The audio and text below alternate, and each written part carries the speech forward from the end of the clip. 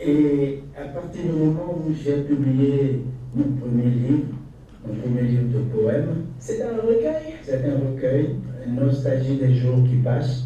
Cette voix, celle du docteur Barnabé Laleye, médecin hémobiologiste, poète et surtout romancier, on ne l'entendra plus. L'homme de lettres aux grosses œuvres comme L'adieu au père, Mangalore ou encore le très célèbre Le chant des cannes à sucre, s'étant éteint, est honoré par sa famille, le monde de la culture et l'Institut des artisans de justice et de pêche en d'oiseaux. Plus connu sous le nom d'écrivain de Barnabé Laye, médecin de jour et écrivain la nuit, l'homme s'est gravé dans les mémoires à travers ses manières d'aborder les différentes thématiques de la société. Cette plume qui a brûlé a laissé des traces indélébiles.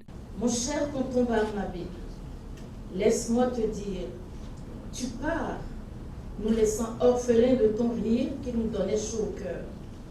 Tu pars, nous laissant affamés de ta généreuse convivialité qui renouait la communion de la fraternité. Tu pars avec ton amour fidèle et rayonnant, nous privant de la lumière de ton étoile. Moi, je lui ai dit, il faut que tu nous donnes une interview à la télé. Il dit non, il a commencé les démonstrations, j'ai commencé à démontrer avec lui, tout ça là, et il a compris que tout mon plan était fait. Voilà, et donc, il s'est laissé conduire comme un petit garçon. Et le professeur Anatole et moi l'avons conduit dans un studio. On était présents et il a donné cette interview-là. Et depuis l'annonce de son décès, je l'ai réécouté plusieurs fois.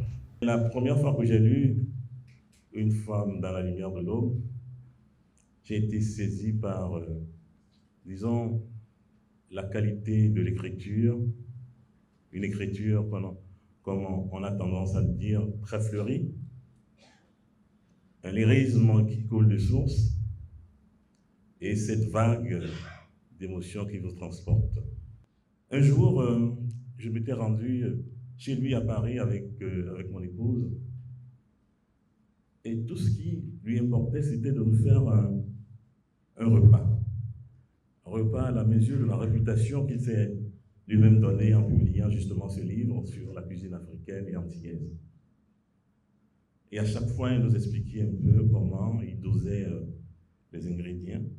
Il déployait un cours de cuisine auquel je ne m'attendais pas, parce que je le savais écrivain, mais pas en tant que gastronome. Barnabé Laleye n'aura pas passé sa vie en vain. Ce dernier s'en va en laissant un héritage inépuisable, ses œuvres. Dessine-moi un poème pour faire éclater soudain soleil au cœur, pour partager l'esquisse d'un blanc sourire, pour m'envoler vers les horizons vertiges. Dessine-moi un poème pour que s'ouvrent les portes sur le jardin de l'espoir, pour marcher sur les galets qui mènent à la source d'eau vive, pour prendre feu et flamme à la rencontre de tes yeux, pour me réveiller au petit matin dans le parfum de tes songes. Donne-moi un rêve.